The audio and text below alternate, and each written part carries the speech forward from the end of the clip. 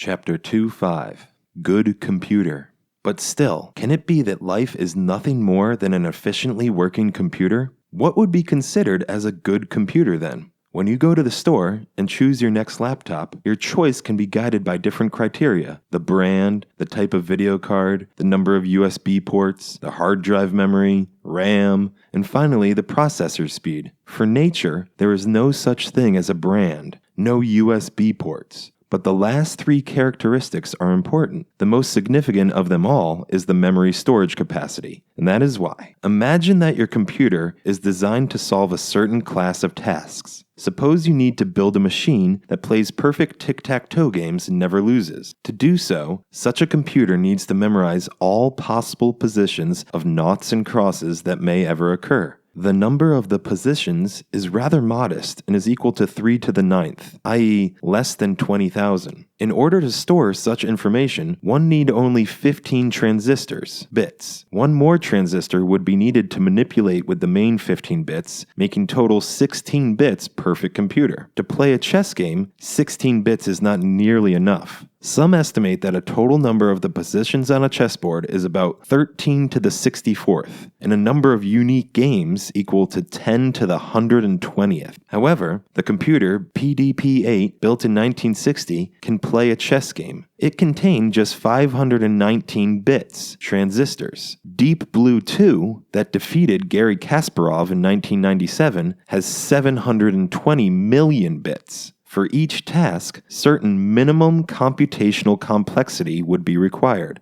Let us call the minimum computational complexity that is needed for a certain task a critical mass. The computing capacity for a new living species creation requires much greater critical mass than playing any human-invented game. If the computer has fewer than the minimum number of bits, it is not capable of playing chess, no matter how much time it takes to make a single move. The critical mass for tic-tac-toe is 16 bits. For a chess game, around 500 bits. 10 to the 30th cells held by prokaryotes contain a number of bits that exceeds total capacity of the computers on the Earth by the order of billions and trillions. Would that enormous number ever reach the critical mass required for producing a new living organism? This is an open question, but it would be safe to presume a positive answer considering an enormous length of time during which new organisms had been emerging on the planet. Playing chess involves one more factor: the chess clock. Each player assigns with 2 hours for the first 40 moves and an hour for each subsequent 20. Therefore, chess computers must think quickly, and the CPU speed is one of the determining factors. In nature, there is no time limit. Playing the life creation game does not require time control. No chess clock is on the table, and the game may continue thousands, millions,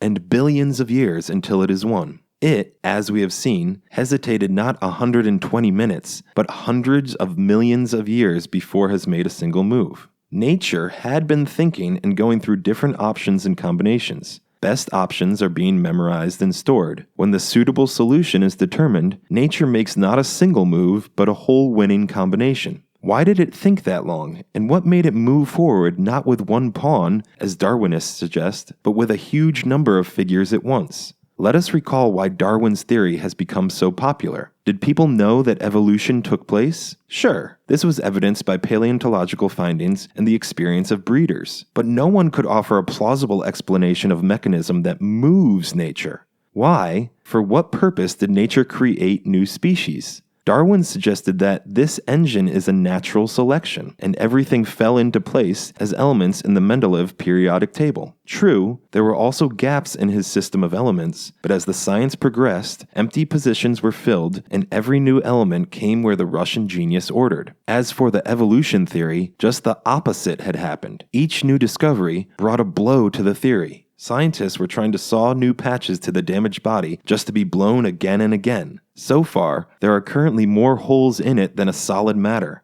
The biggest puzzle is, as we have already noted, that the development of life follows a clearly visible vector. It is not the creation of the fittest beings, as Darwin suggested. Otherwise, life would consist only of extremely fittest bacteria.